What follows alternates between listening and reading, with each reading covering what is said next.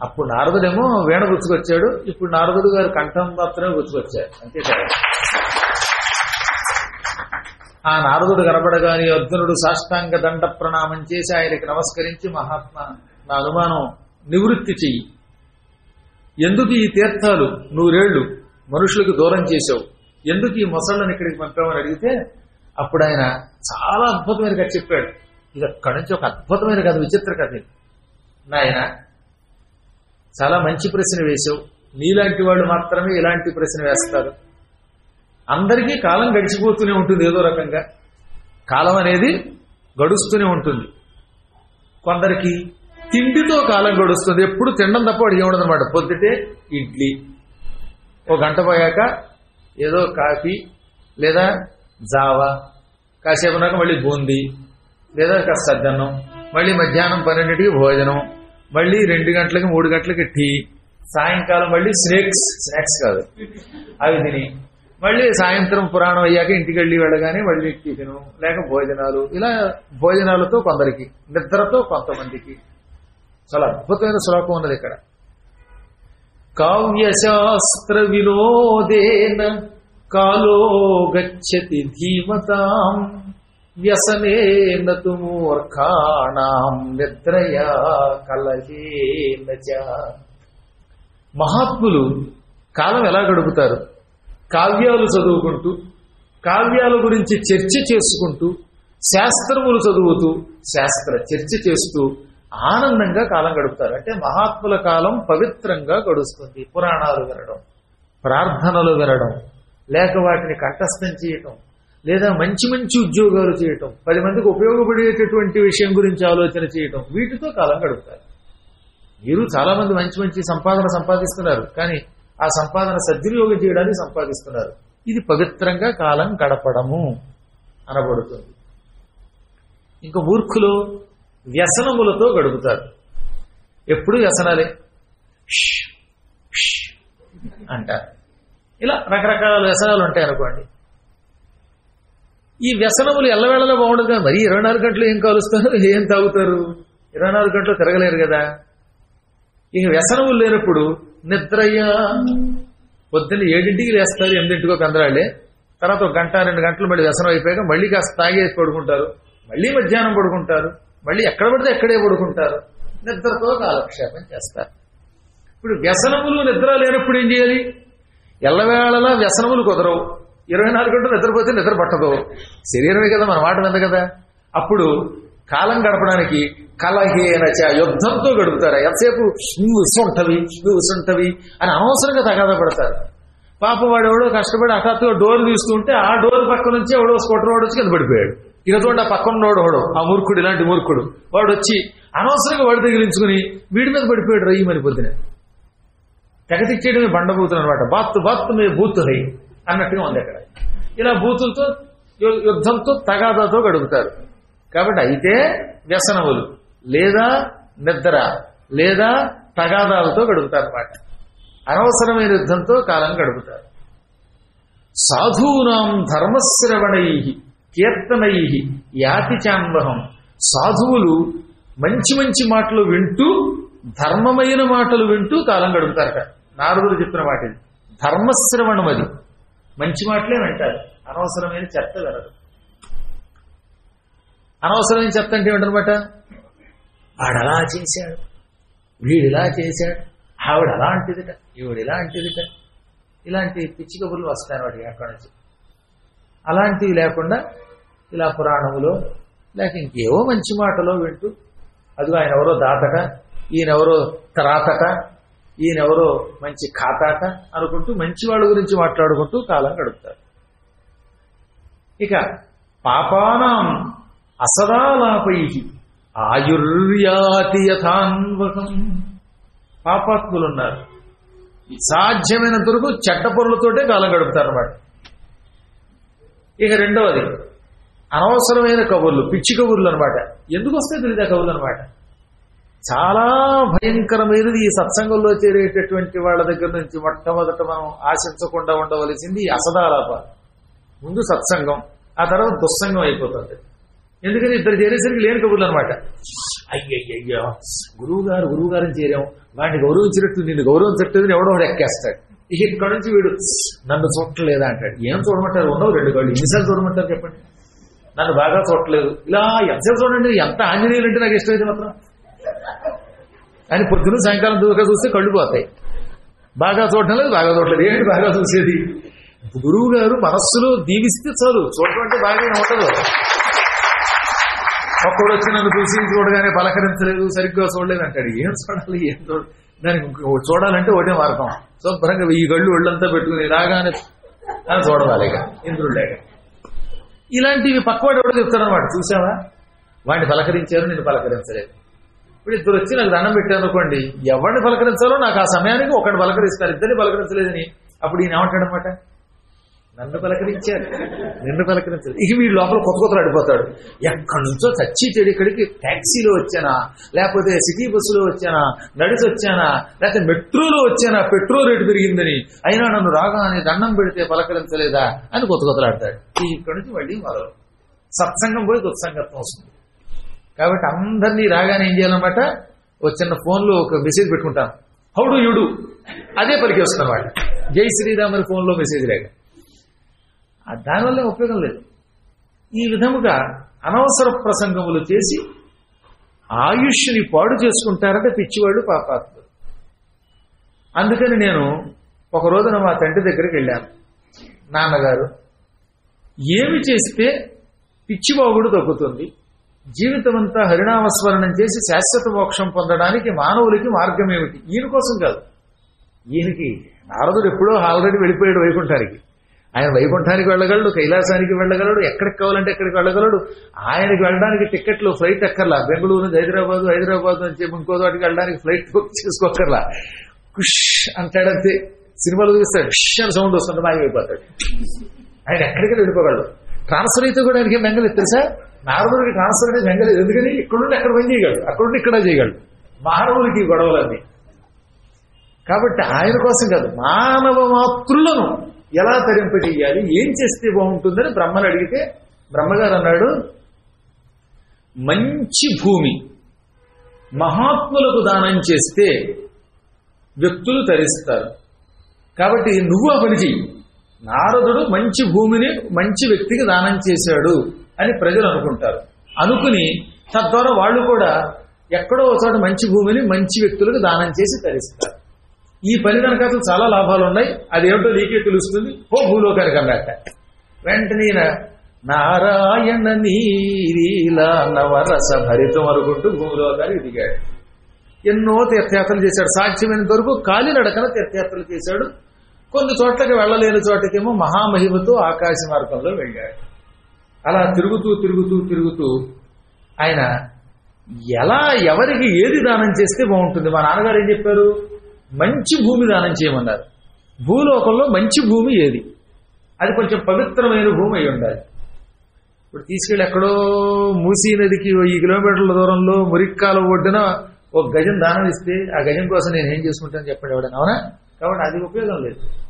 సరి అయిన చోట సరి అయిన విలువ ఉన్నటువంటిది మంచి స్థలాన్ని దానం చెయ్యాలి. అటువంటి స్థలం ఏది? ఆ స్థలము కూడా ఈంది కదుగా. భూలోకంలో స్థలాలు ఎప్పుడు మహారాజులు, పరిపాలకులు. నిజానికి ఈ భూమంతా పరమాత్మ సృష్టించినా పరిపాలకుడిని అడగకుండా అది పొందకూడదు. అందుకని పరిపాలకుడు ఎవడు, మంచి భూమి ఎక్కడ దొరుకుతుంది, దాన్ని ఎవరికి దానం చేద్దాం అనుకుంటూ బయలుదేరాడు. నాయన అర్జున, నీకు తెలియందేముంది? శతేషు జాయతే సూరః సహస్రేషు చ పండితః వక్తా శతసహస్రేషు దాతా జాయేత వాన్నవా. స్కాంద పురాణంలో మాహేశ్వర ఖండంలోని కౌమారికా ఖండంలో 2వ అధ్యాయంలో శ్లోకం ఇది. ఈ శ్లోకం చాలా మందికి కంఠస్థం వచ్చు, కానీ ఇది ఎందులో తెలియదు ఇప్పటికి కూడా. కానీ ఇది ఇందులో స్కాంద పురాణంలో. మానవులు చాలా మంది ఉండొచ్చు, కానీ అందులో 100కి 1 వీరుడు ఉంటాడు. 100 మందిలో 1 వీరుడు ఉంటే ఉండొచ్చు. శతేషు అంటే 100 మందిలో 1 పరాక్రమవంతుడు ఉంటాడు. ఎక్కువ మంది పిరికెళ్ళే పక్కవాడు తగాదా పడుతుంటే మనవాడైనా సరే వీళ్ళు ఎక్కడ మాట్లాడడానికి వీడు భయం, బాబోయ్ ఎందుకు వచ్చింది వాడు తిడతాడేమోనని. అలాంటి పిరికి వాళ్ళు ఎక్కువ మంది ఉంటారట. శతేషు 100 మందిలో ఒక్కడే సూర్యుడు ఉంటాడు. ఏమిట్రా మాట్లాడుతున్నావు, యుద్ధానికి వెళ్ళగలిగేవాడు. ధర్మరక్షణ కోసం ఇలాంటి వాళ్ళు అవసరం. ఇప్పుడు మనకి అలాంటి సూర్యులు అవసరం మన హైందవ ధర్మాన్ని రక్షించడానికి. సహస్రేషు చ పండిత, వేల మందిలో పండితుడు ఒక్కడే ఉంటాడు. 100,000 మందిలో ఒక్క వీరుడు ఉంటాడు. కానీ పండితులు మాత్రం ఇంకా తక్కువ ఉంటారట. 1000 మందిలో ఒక్కడే పండితుడు ఉంటాడు. మళ్ళీ ఇంతమంది పండితులు చాలా మంది ఉండొచ్చు. 1000 మందిలో ఒక్కొక్కడు చొప్పున ఈ భూమండలంలో పండితులు ఉన్నారు. వాళ్ళకి మైకిచ్చి మాట్లాడమంటే వాళ్ళకి మాట్లాడలేరు, అసలు రాయలేరు కదా. గురువు గారు రాసిన పద్యాన్ని పోస్ట్ చేయమంటేనే 100 సార్లు పైకి కిందకి చూసుకుంటారు రోజు పద్యాలు రాసేవాడి. ఏం ఉపయోగం? అయి బాబాయ్ గురువు గారు నాకు రాయడం రావట్లా, తాత్పర్యం రావటం లేదు, ఇంకెందుకంటే నువ్వు పండితుడువే. కాబట్టి 1000 మంది పండితులున్న వక్తలు తక్కువగా ఉంటారట. వక్త 100,000 అంటే లక్షల మందిలో చక్కగా ప్రజల్ని మెప్పించేలా మాట్లాడే వక్త ఒక్కడు ఉంటాడు. కొన్ని లక్షల మందిలో వక్త సరైన వాడు ఒక్కడే ఉంటాడు. కాబట్టి ఇన్ని లక్షల మంది జనాల్లో వక్తలు తక్కువ మంది ఉన్నారా లేదా? మరి వాడు మాట్లాడితే అవతలవాడికి అర్థం అవ్వాలి. మాట్లాడేస్తే ఉపయోగం ఉంది, వాడు ఏం మాట్లాడుతున్నాడు వాడికి తెలియదు. స్వామివారు పుస్తకం రాశారు అంటాడు ఒక ఆయన. స్వామివారు అంటే ఏ స్వామివారి? భూమండలంలో 3 మంది స్వామివారు ఉన్నారు. అంటే వక్తకి ఈ లక్షణం ఏంటంటే, ఇప్పుడు నేను రాశాను అనుకోండి, పద్మాకర్ గారు ఒక పుస్తకం రాశారు, ఆ పుస్తకం పేరు దేవీ భాగవతం, అది సోమవారం సాయంత్రం 5:30 నుంచి 7 గంటల దాకా ఆయన ఉపన్యాసం చెప్పాక 7 to 8 మధ్యలో ఆవిష్కరింపబడుతుంది, అప్పుడు పుస్తకం తీసుకోండి. ఇది వక్త అంటే. స్వామివారు చాలా పుస్తకాలు రాశారు, ఇక్కడ దొరుకుతాయి, అందులో ఆయన ఒక పుస్తకం రాశారు. ఏడు స్వామివారు, ఎవరా స్వామివారు? అవునా? కాబట్టి వక్త 100,000 లక్షల మందిలో ఒక్కడు మాత్రమే స్పష్టముగా అర్థమయ్యేలాగా అవతల వాడికి సూటిగా చొచ్చుకుపోయేలా చెప్పగలడు. ఒక వ్యక్తి చెబుతూ ఉన్నదాన్ని వింటే వాళ్ళు ఉత్సాహం పెరగాలి, ఆనందం పెరగాలి. మధ్య మధ్యలో మీరు గందరగోళంగా నవ్వేస్తున్నారు, మా 5-6 నవ్వులతోటి పక్కవాడికి ఏమీ అర్థం కాకుండా, అంటే అంత ఆనందం కలుగుతుంది అన్నమాట. కొంచెం కంట్రోల్ చేసుకోవాలి తప్పదు అనుకోండి. మరీ అంత తగలబడి పక్కన ప్లాట్ చేసి నవ్వద్దు. ఇది నవ్వడంలో కూడా రకరకాల నవ్వులు అనమాట. నవ్వుకోవాలి, కానీ డొక్కలు కొట్టేసి అంటే మళ్ళీ ఎస్వి రంగారావు గారు, సత్యనారాయణ గారు గుర్తుకొస్తారు. అలా నవ్వకూడదు యాక్టర్ లాగా. మొత్తం మీద మీకు ఆ నవ్వు వస్తుందంటే అర్థం ఏంటనమాట, ఇది మీకు అర్థమైంది, ఆనందం కలిగించి. కాబట్టి వక్త కొంచెం అలా ఉండాలి. ఇవన్నీ బాగానే ఉంటాయట. ఏది 100 మందిలో ఒక వీరుడు, 1000 మందిలో ఒక పండితుడు, లక్షల మందిలో ఒక వక్త ఉంటారు. కానీ దాతలు మాత్రం చాలా కష్టం. దాతా జాయేతవానవా, అసలు దాత అనేవాడు పుట్టాడో లేదో తెలియట్లేదు అన్నాడు. ఏది ఆ కాలంలో నారదుడే, ఆ కాలంలో దాతలు ఉన్నారు, అయినా కొంచెం అరుదుగా ఉంటారు. ఎందుకని? అటు ఇటు చూసి రహస్యంగా చిరిగిపోయిన నోట్లు అక్కడ వారేసిపోతాడు. ఈ చిరిగిన నోటు పుచ్చుకుని వీడు ఊరంతా తిరుగుతూ ఉంటాడు. అది చిరుగు, వీడు తిరుగు. చివరికి ఏమవుతుందో తెలియదు, వీడి బతుకు అరుగు. చచ్చి చెడు 10-12 వేసి డొనేషన్ ఇస్తున్నామండి అంటారు. ఏదో డొనేషన్ ఇస్తున్నామండి, అకౌంట్ నెంబర్ ఇవ్వండి అన్నారు. ఆ మధ్యన ఒక ఆయన ఎవరో వచ్చి పాపం మా అర్చకుడు ఆనందపడిపోయి పాపం అమాయకంగా డొనేషన్ ఇస్తున్నారు గురుగారు, నా అకౌంట్ నెంబర్ ఇస్తున్నాను అన్నాడు. ఇచ్చుకోరని ఆయన అన్నాను. ఆ తర్వాత చూస్తే 11 రూపాయలు డొనేషన్. 11 రూపాయలు పంపానండి, వచ్చిందా లేదా మెసేజ్ పెట్టరే అని మళ్ళీ యుద్ధం పడింది. ఈ 11 రూపాయలకి నేను 11 సార్లు ఫోన్ చేస్తే ఈ 11 రూపాయలు ఫోన్ ఖర్చు అయిపోయింది. ఇదే దాతృత్వం అంటే. 1 కోటి రూపాయలు దానం ఇచ్చి కూడా 2వ కంటి వాళ్ళకి చెప్పని వాళ్ళు ఉంటారు కదా సార్, అది దాతృత్వం అంటే. ఈ చేతితో దానం చేస్తే ఆ చేతికి తెలియకూడదు అనమాట. 100 సార్లు అనౌన్స్మెంట్ ఉండక్కర్లా. తెలియదా భగవంతుడికి నువ్వు దానం ఇచ్చావని? ఆయన మెచ్చుకోవాలి. నేను అలాగని చెప్పొద్దని అన్నగానే సాధ్యమైనంత వరకు దానం ఎక్కువ చేసి తక్కువ చెప్పుకునే వాళ్ళు ఎక్కువ ఉంటారు. అందుకని మంచి దాత, ఒక గొప్ప దాత అసలు పుడతాడో లేదో తెలియదు అని నారదుడు అని, అలాంటి దాత దగ్గర ఒక ఉత్తమమైన భూమిని పొంది దానం చెయ్యాలనుకున్నాను నేను. ఎందువల్ల? దాతలే ఈ భూమండలాన్ని మోస్తున్నారు. భూమి తనంత తాను ఇలా నిలబడుతోందంటే దానికి మూల కారణం దాతలట. దాతలు లేనాడు భూమి లేదు. మహానుభావులు ఎంతమంది దానం చేయకపోతే ఎంత గొప్ప గుడి తయారైందండి. ఎంతమంది దాతలు లేకపోతే ఈ పురాణాది కార్యక్రమాలు జరుగుతున్నాయి. ఎంతమంది మహానుభావులు లేకపోతే కాశీ, అయోధ్య వంటి ఆలయాలు ఇంకా నిలబడ్డాయి. లేకపోతే తుక్కు అయిపోయిన ఈ ఆలయాలు మళ్ళీ ఇలా బాగుపడుతున్నాయంటే అలా గొప్ప దానములు చేసే మహాత్ములు ఎందరో ఉన్నారని గ్రహించాలి. ఈ భూమిని మోస్తున్న వారు ఎవరెవరు అంటే గోభిః విప్రైశ్చ వేదైశ్చ సతీభిః సత్యవాదిభిః అలుబ్ధైః దానశీలైశ్చ సప్తభిః ధార్యతే మహీ. ఆవులు, బ్రాహ్మణులు, వేదములు, పరమ పతివ్రత స్త్రీలు, సత్యం పలికేవారు, అలుబ్ధై పిసిరుగొట్టుతనము లేనటువంటి దానశీలైశ్చ దానం చేసేవారు, వీళ్ళు 7 ఈ భూమిని మోస్తున్నారు. 1 గోవులు, 2 విప్రులు, 3 వేదములు, 4 సతులు, 5 సత్యం పలికేవారు, 6 పిసిరుగొట్టుతనం లేనివారు, 7 దానశీలురు. ఈ 7 ఉన్నారు కాబట్టి ఈ భూమి హాయిగా గుండ్రంగా తిరుగుతూ తన చుట్టూ తాను తిరుగుతూ మనల్ని రక్షిస్తున్నది, లేకపోతే ఈ భూమి నశించిపోయేది. వీరు ఈ భూమిని కాపాడేవారు. అందువల్ల నేను దానశీలుల కోసం వెతుకుతూ అసలు ముందు దానం పుచ్చుకునే ముందు మంచి భూమి ఎక్కడుంటుందో అనుకుంటూ ఒకనాడు భృగు మహర్షి ఆశ్రమానికి వెళ్ళాను. భృగు మహర్షిని అదృష్టవశాత్తు హిమాలయ పర్వతాల్లో ఉన్నాడు. ఆ సమయంలో ఆయన దగ్గరికి వెళ్ళి, నాయన భృగు, ఎక్కడుంది మంచి భూమి? ఆ భూమిని నేను ఎవరో ఒకరి దగ్గర దానం పుచ్చుకొని మరోడికి దానం ఇస్తాను అన్నట్ట. అప్పుడు భృగువు, నేను కూడా ఇలాగే తీర్థయాత్రలు చేశాను, చేయగా నాకు చోట ఒక గొప్ప ఉత్తమ భూమి ఉందని తెలిసింది. అదే మహీ అనే నది సముద్రంలో కలిసే ప్రాంతం. మహీ అనే నది సాగర సంగమం చేసేదాన్ని గంగా సాగర సంగమం అని పిలుస్తారు. అక్కడ స్తంభ తీర్థం అనే ఒక తీర్థం ఉన్నది. ఆ తీర్థం దగ్గర 5 మడుగులు కూడా ఉన్నాయి. ఆ మడుగుల్లో స్నానం చేసినంత మాత్రం చేతనే, ఆ మడుగులో అడుగు పెట్టినంత మాత్రం చేతనే పాపాలు పోతాయి. అటువంటి వాళ్ళు ఎవరైనా అందులో స్నానం చేసిన వాళ్ళు ఉత్తమ లోకాలకు వెడతారు. అది ఉత్తమ భూమి నా దృష్టిలో అన్నట్ట. అయితే నాకు ఆ స్థలం ఎక్కడుందో తెలియదు కాబట్టి అక్కడికి తీసుకెళ్ళన్నాడు నారదుడు. భృగు మహర్షి ఈయనతో కలిసి ఆ స్థలానికి వెళ్ళాట. అక్కడ 2 కలిసి 5 మడుగుల్లో హాయిగా స్నానం చేశారు. నారదునికి బ్రహ్మానందం కలిగింది.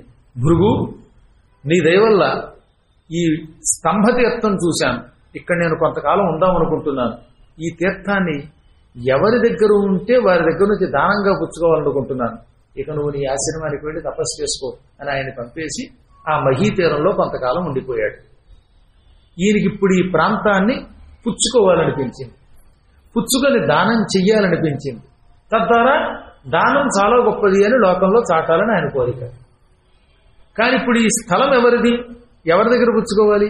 ముందు పుచ్చుకుంటే కదా ఉత్తముడికి దానం చేయటం. అసలు మన దగ్గర అంటూ ఉంటే దానం సంగతి తర్వాత చూడొచ్చు. నీ దగ్గరే రేపు నువ్వేం దానం చేస్తావు అనుకుంటూ అక్కడ గడిపాడు ఆయన. ఆయన దివ్య దృష్టితో చూడవచ్చు, కానీ ఇప్పుడు సామాన్యుడిలాగా ఉండడానికి ఇష్టపడుతున్నాడు ఆయన. అందుకే తనయంత తాను ఏ విషయమైనా తెలిస్తేనే ఆ విషయాన్ని పట్టించుకుంటాను, నా మహిమల్ని పెద్దగా ఉపయోగించను, అత్యావశ్యక స్థితిలో ఆకాశయానములకు మాత్రమే మహిమలు ఉపయోగిస్తానని వచ్చాడు ఆయన. అందువల్ల అక్కడ కొంతకాలం ఉన్నాడు. రోజు ఆ మడుగుల్లో స్నానం చేస్తూ ఉండగా ఒకనాడు ఇలా ఉండగా గ్రహణం వచ్చింది. గ్రహణ సమయంలో స్నానానికి అక్కడికి మహానుభావులైన మునులు వచ్చారు. ఈ మునులందరూ రావడంతో నారదుడు వారందరినీ పలకరించి, మహాత్ములారా ఎక్కడి నుంచి వస్తున్నారు, ఎక్కడన్నా ఏమైనా వింతలు విశేషాలు ఉన్నాయా అంటే, మేము ఒక గొప్ప విశేషం చూసి ఇక్కడికి వచ్చామన్నారట వాళ్ళు. ఏమిటన్నాడు నారదుడు. సౌరాష్ట్రము అని ఒక ప్రాంతం ఉన్నది. అంటే ఇప్పుడు మనకి సోమనాథ జ్యోతిర్లింగం ఉన్న స్థలం, దాన్ని సౌరాష్ట్రం అంటారు. సౌరాష్ట్రే సోమనాథంచ, అది గుజరాత్లో ఉంటుంది. ప్రభాస క్షేత్రం దగ్గరే అది, అక్కడ జ్యోతిర్లింగం కూడా ఉన్నది. ఆ సౌరాష్ట్రాన్ని రాజధానిగా చేసుకుని ఈ గంగాసాగర సంగమం వరకు ఉన్న ఈ మొత్తం భూమండలాన్ని ధర్మవర్మ అని ఒక మహారాజు పరిపాలిస్తున్నాడు. ఇదంతా ఆయన ఏలుబడిలో ఉన్న ప్రాంతమే. చాలా పెద్ద సువిశాల సామ్రాజ్యం అది. ఎక్కడి సౌరాష్ట్రం, ఇప్పుడు ఎక్కడ ఈ బంగాళాఖాతం దగ్గర ఉన్న మహీ ప్రాంతం ఆలోచించడం ఒకసారి. ఎంత ప్రాంతం ఆయన చేతిలో ఉంది ఆ రోజుల్లో. ఆయనకి దానం అంటే చాలా ఇష్టం. ప్రపంచంలో అన్నిటికంటే గొప్పది దానం. అసలు దానం గొప్పతనం, దానం తత్వం తెలుసుకోవాలనుకున్నాడు ఆయన. ఏదో డబ్బు ఇవ్వడం దానం చేయడమే కాక దాన తత్వం అంటే ఏమిటో తెలుసుకుందామని కొద్ది రోజులు ఆయన ప్రభాస క్షేత్రంలో తపస్సు చేశాడు. అలా కొంతకాలం తపస్సు చేయగానే ఒక రోజున హఠాత్తుగా ఆకాశవాణి ఇలా అన్నది. అంటే ఎవరు కనపడరు, కేవలం మాట మాత్రమే వినబడుతోంది. ఆకాశవాణి ఒక శ్లోకం చదివిందిట. ద్విహేతు షడధిష్టానం షడంగంచ ద్విపాకయుక్ చతుష్ప్రకారం త్రివిధం త్రినాశం దానముచ్యతే అన్నది. ద్విహేతు షడధిష్టానం షడంగంచ ద్విపాకయుక్ చతుష్ప్రకారం త్రివిధం త్రినాశం దానముచ్యతే. పై అర్థం తెలుసుకుందాం మనం. హేతు అంటే కారణం, దానములకు కారణములు హేతువులు రెండు. ద్విహేతు అంటే రెండు కారణములు ఉన్నాయి దానమునకు. దానికి అధిష్టానములు 6. షట్ అధిష్టానం అంటే 6 అధిష్టానములు. వెరసి మొదటి పాదం ద్విహేతు షడధిష్టానం. షట్ అధిష్టానం షడధిష్టానం. ఇంకా దీనికి అంగములు భాగములు పార్ట్స్ 6. షడంగంచ ద్విపాకయుక్. పాకము అంటే ఫలితం. ఈ దానం వల్ల 2 ఫలితములు కలుగుతాయి. 2 ఫలములు ఉన్నాయి. 2 ఫలాలు, పరిణామాలు లేక ఫలాలు. ఇక దానము 4 విధములు. చతుష్ప్రకారం 4 ప్రకారాలంటే 4 రకాలు. దీనికి త్రివిధం 3 విధాలు, 3 భేదాలు ఉన్నాయి. త్రినాశం దానం యొక్క నాశనములు 3 రకాలు. 3 రకాలుగా నాశనం అయిపోతుంది దానం. వీటితో కూడిన దానినే దానం అంటారు. ఇది దానతత్వము అన్నది ఆకాశం. ఏమర్థం అవుతుంది చెప్పండి?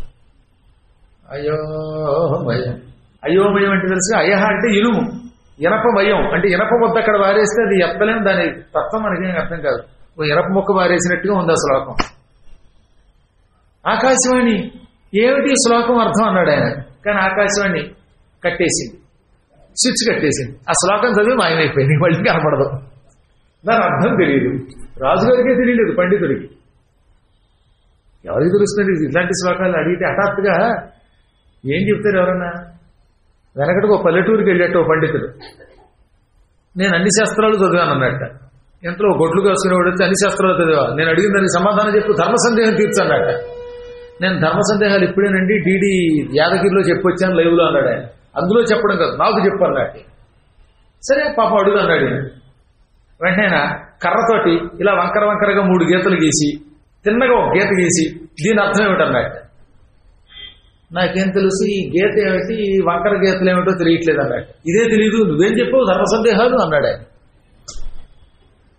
బాబు ఏమిటని అడిగితే ఇది గోమూత్రం, ఇది ఎద్దు మూత్రం అన్నట్టు. ఎద్దు నడుస్తూ పోస్తుంది కాబట్టి ఇలా వంకర టింకరగా ఉంటుంది, గోవు నిలబడి పోస్తుంది కానీ ఇక్కడే ఉంది. అందుకని ఈ స్టిక్ కింద పొడుగ్గా పెట్టిందేమో గోమూత్రం, ఇదేమో ఆ ఎద్దు మూత్రం అన్నట్టు. ధర్మ సందేహాలు ఇవి.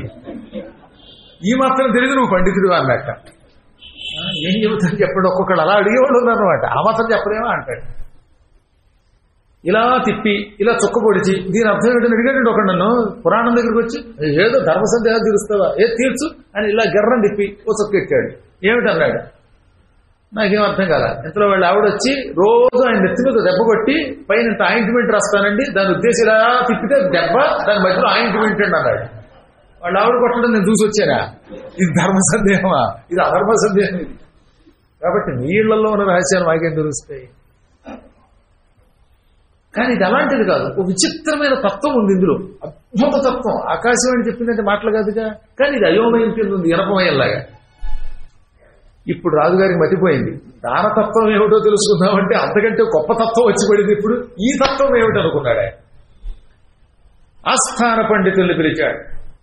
పండితులారా ఈ శ్లోకానికి అర్థం చెప్పండి అంటే వాళ్ళు బుర్రగొక్కుని మాకేమీ తెలియటం లేదండి, ఈ శ్లోకం ఒట్టి అయోమయమండి అన్నారు. ఆయన ఎంతో మంది పండితుల్ని పిలిపించి అడిగాడు. ఎవరిని అడిగినా చెప్పట్లేదు. మీరు ఏమన్నా చెప్పగలిగితే చెప్పండి, కాస్త సంతోషిస్తాను. చివరికి ఎవరి వల్ల కాక అప్పుడు ఆయన చాటించాట. ఆకాశవాణి చెప్పిన ఈ శ్లోకమునకు అర్థము చెప్పిన వాడు కోరినంత బంగారం ఇస్తాను, కోరినంత భూదానం చేస్తానన్నట. అందుకని ఎక్కడెక్కడి మునులు పండితులు డబ్బంటే ఆశ లేనివాడు, భూమి అంటే ఆశ లేనివాడు ఎవరు ఉంటాడండి? ఏదో ఇలాంటి జ్ఞానులు తప్ప. అందుకని ఎక్కడెక్కడి వాళ్ళు వచ్చారు. ఈ భూమి కోసం ధనం కోసం వచ్చి ఈ శ్లోకానికి అర్థం చెప్పలేక చేతులకు దండం పెట్టి వెళ్ళిపోయారు. నారద మేము కూడా డబ్బు మీద ఆశతో అక్కడికి వెళ్ళాం. మంచి భూమి వస్తుందేమో, మొత్తం హైదరాబాద్ అంతా రాసిచ్చేస్తాడేమో ఆయన అనుకుని వెళ్ళాం.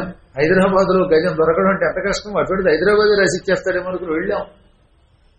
ఏం లాభం? సులాకానికి అర్థం చెప్పలేకపోయాం. ఏడుపు మొహాలతో వచ్చాం. ఇది అక్కడ జరిగిన విశేషం అని నారదుడితో ఈ ఋషులు చెప్పారు. వెంటనే నారదుడికి ఆనందం కలిగింది. ఎందుకంటే ఇప్పుడు భూమి పుచ్చుకోవాలి ఆయన. ఇక్కడున్న ఈ భూమి పుచ్చుకొని దానం చెయ్యాలి. భూమి పుచ్చుకోవాలంటే దీనికి మార్గం తెలిసింది. ఎందుకనంటే దానం ఎక్కడ పడితే అక్కడ పుచ్చుకోకూడదు. తనంత తాను అడిగితే చులకనైపోతాడు. ఎవడన్నా అడగనంతరూ బాగానే ఉంటుంది, కానీ ఓ 2 సార్లు 3ఓసారి అడిగామంటే మండిపోతుంది. ఓ రోజు లాల్చి వస్తున్నాం అనుకోండి, ఆనందంగా వదులుతాడట. 2వ రోజు దిక్కుమాలాడు రోజు లాల్చి ఇస్తున్నాడని తిట్టుకోవచ్చు. చెప్పలేము, ఏం చెప్తాం. రోజు పిలుస్తున్నాడు ధర్మ సందేహాలకి కారు, ఈ ఒక్కపూట ఎక్కబడతాం అనిపించవచ్చు ఒక్కోసారి. అంటే ఇలాంటి మహాత్ములకు కాదులేండి, అసలు ఏదో టైంలో విసుగు రావచ్చు. ఎవరినన్నా బుట్టలో వేసుకోవాలంటే ఒకటే 4 సార్లు పని చెప్తే 5వ రోజు కనపడేవాడు. 5వ రోజు చెప్తాడనమాట, నేను రాలేనండి, కళ్ళు కనిపించట్లేదండి రా అంటాడు. ఏదో ఒకటి మొత్తం మీద విసుగెత్తుతుంది. కాబట్టి అడగడం వల్ల ఎంత గొప్పవాడైనా కొంత పలసన అవుతాడు. కాబట్టి అడగడం వల్ల వచ్చేటటువంటి దానం గొప్ప దానం కాదు. ఇక 2వ దానం పాండిత్య ప్రదర్శ చేసి పుచ్చుకున్న దానం చాలా గొప్పది. శిష్యులు ఇచ్చేటటువంటి డబ్బు పుచ్చుకోవడం ఉత్తమటండి. ఇది చెప్పారు, నేను చెప్పాను. ఆ రోజు ఒక వ్యక్తి తన పాండిత్యాన్ని ప్రదర్శించినప్పుడు శిష్యులు మెచ్చుకుని అక్కడ వేసే కానుకలు ఉత్తమములని పిలువబడతాయట. అలా కాకుండా నేను మీ అందరికీ జాతకములు చెబుతాను, నాకు జాతకములకు 10,000 ఇవ్వండి 25,000 ఇవ్వండి అంటే అది అధమదానం అవుతుంది. అది పుచ్చుకోకూడదు, అది మంచిది కాదు. వాడంతా వాడు ఇచ్చింది పర్వాలేదు, వీడే బోర్డు పెడతారు కదా, కన్సల్టేషన్ ఫీజ్ లోపల గడుగు పెడితే 10,000 నీ పని అయిపోయినట్టు. అక్కడ ఏదన్నా ఒక వ్యక్తికి ఒక మంచి చెప్పడానికి కన్సల్టేషన్ ఫీజు ఏమిటి? అసలు మహాపాపాల్లో కల్లా గొప్ప పాపం తెలుసా? అందుకే ఇచ్చింది పుచ్చుకోవాలి. అలా పుచ్చుకోకుండా మీ జాతకం చెబుతాను, నాకు 25 కావాలి 30 కావాలని అడిగితే వాళ్ళు నరకానికి పోతారట. కానీ మీరిచ్చింది పుచ్చుకుంటాను జాతకం చెబుతానంటే ఈ మనుషులు తెలియని వాడు రూపాయి ఎవరు కొందరు, అందువల్ల బాధపడలేక కొంతమంది డబ్బు పుచ్చుకుంటున్నారు. కానీ ఎక్కువగా పుచ్చుకుంటే ఎప్పుడూ నరకహేతువే కదండి. ఎవరికి ఎంత అర్హత ఉన్నదో అంతే పుచ్చుకోవాలి. అధిక ధనం పాపిష్టి ధనం కొంపలు ఉంచుతుంది. అది విచిత్రమైంది, అనవసరం. అందుకే చివరికి ఏం చెప్పాడంటే, శాస్త్రములు పురాణములు పాండిత్యం ప్రదర్శించు, తనయంత తాను అవతలవాడు సంతోషించి దీనికి మెచ్చుకుని దానం ఇస్తానంటేనే సేకరించు. అది అద్భుత దానం. నేను చెప్పలేదు ఇందులో తోడు కావాలంటే స్కాంద పురాణంలో. ఇప్పుడు రాజుగారి యొక్క శ్లోకానికి అర్థం నేను చెబుతాను. ఆయన ఎలాగో కోరింది ఇస్తానన్నాడు. ఈ భూమి కొంత డబ్బు పుచ్చుకుంటాను, అది కూడా నా కోసం కాదుగా, ఎలాగో ఉత్తమ వ్యక్తికి దానం చేయడానికే కదా, అది చాలా మంచిది అనిపించింది. అనుకుని వెంటనే ఆయన ఇప్పుడు అర్జెంటుగా దానం పుచ్చుకోవాలి కనుక మహిమ ప్రదర్శించి ఆకాశ మార్గంలో ఇక్కడ నుంచి సౌరాష్ట్రానికి గడిపాడు. ఎక్కడ బెంగాల్, ఎక్కడ సౌరాష్ట్రం, అక్కడ గడిపాడు ఆయన. నారదుడు చూడగానే ధర్మవర్మ మహారాజు గారు బ్రహ్మానంద భరితుడైపోయాడు. మహాత్మా, నా పూర్వజన్మ సుకృతం, నీ వంటి సద్గురువు వచ్చాడు, నీవు లేనిది ఈ ప్రపంచంలో పురాణాలు ఉన్నాయా? నిజంగా పెట్టండి. ఆయన నారదుడు లేకపోతే వాల్మీకి మహర్షి ఇవాళ రామాయణం మనకి ఇచ్చేవాడా? నారదుడే లేకపోతే భాగవతం వ్యాసుడు రాసేవాడా? నారదుడే లేకపోతే నేను కూడా వచ్చి మీ ఎదురుగుండా పురాణాలు చెప్పేవాడిని. మనందరికీ కారణభూతుడు కారణహేతువు అయిన మహానుభావుడు నారదుడు కదా. వాయించు వీణనెప్పుడు మ్రోయించు ముకుంద గీతములు జగములకు చేయించు చెవుల పండువు మాయించు నగాళి ఇట్టిమతి మరి కలడే. ఎప్పుడు తన చేతిలో ఉన్న వీణ వాయిస్తూ ఉంటాడు. ఆ వీణ నుంచి ఓం నమో నారాయణాయ అనే అష్టాక్షరీ మంత్రమునే ధ్వనింపచేస్తాడు.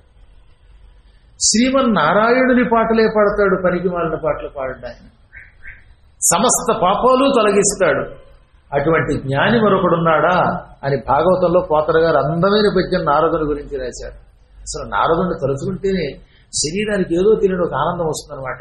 ఎప్పుడూ పవిత్రమైన హరినామమే కదండి ఆయనకి. అటువంటి నారదుడు ఎందుకో ఈ సినిమా వాళ్ళు ఎక్కువగా కలహభోజనుడని ఇంకోటని ఈ పిచ్చి పిచ్చి పేర్లు పెట్టేశారు. నారదుడు జగద్గురు. నారదుడు అద్భుతమైనటువంటి స్ట్రాటజీ కలిగిన వాడు.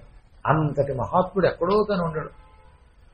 అటువంటి నారదుణ్ణి చూడగానే ధర్మవరం ఆనందపడి ఆయన కాళ్ళు కడిగి సింహాసనం మీద కూర్చోబెట్టాడు.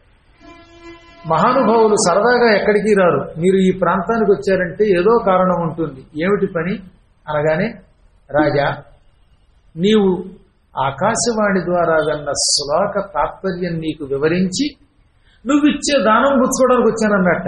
ఈయనకి ఎక్కడలేని ఆనందం వచ్చిందండి. అసలు నారదుడు ఎవరి దగ్గర రూపాయి ఇచ్చుకుంటాడా? ఆయనకి అకౌంట్లు లేవు, ట్రస్ట్ బోర్డు లేదు, ఆశ్రమం లేదు.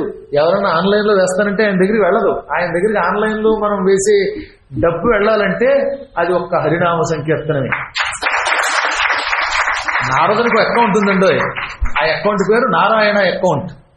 ఆ అకౌంట్లోకి డబ్బు వేయాలంటే ఏం డబ్బు అది? నారాయణ నామస్మరణం అనే డబ్బే. రోజు ఇంట్లో కూర్చుని ఓం నమో నారాయణాయ, ఓం నమో నారాయణాయ, ఓం నమో నారాయణాయ, ఓం నమో నారాయణాయ ఇలా అన్నారు అనుకోండి, ఈ డబ్బు ఆన్లైన్లో ఎక్కడో ఉన్న నారదుని అకౌంట్లో పడుతుంది. అప్పుడు నారదుడు ఓహో శ్రీకృష్ణ ఆలయంలో ఇవాళ ఇంతమంది నా అకౌంట్లో డబ్బు వేశారు అని వెంటనే విష్ణువు దగ్గరికి వెళ్ళి చెప్పేస్తారనమాట. అకౌంట్ నెంబర్ 1 జయశంకర్ గారు, account number 2 Anjaneyulu, account number 3 Jayakumar, account number 4 తాతగారు, ఇలా ఒక్కొక్కడి పేర్లు రాసేసుకుంటాడు ఆయన. అంటే వీళ్ళు నిజంగా అంటేను, కానీ ఇక్కడ నోరు మూసుకుని అని నేను ఓం నమో నారాయణ అన్నప్పుడు మూతికొట్లు కట్టుకుని రహస్యంగా మాట్లాడలేదు అనుకోండి, ఈ అకౌంట్లోంచి డబ్బులు వెళ్ళవు, ఇక్కడే ఉండిపోతాయి. అప్పుడు నారదుడు విష్ణువు దగ్గరికి వెళ్ళి చెప్పడం. ఎందుకని అక్కడ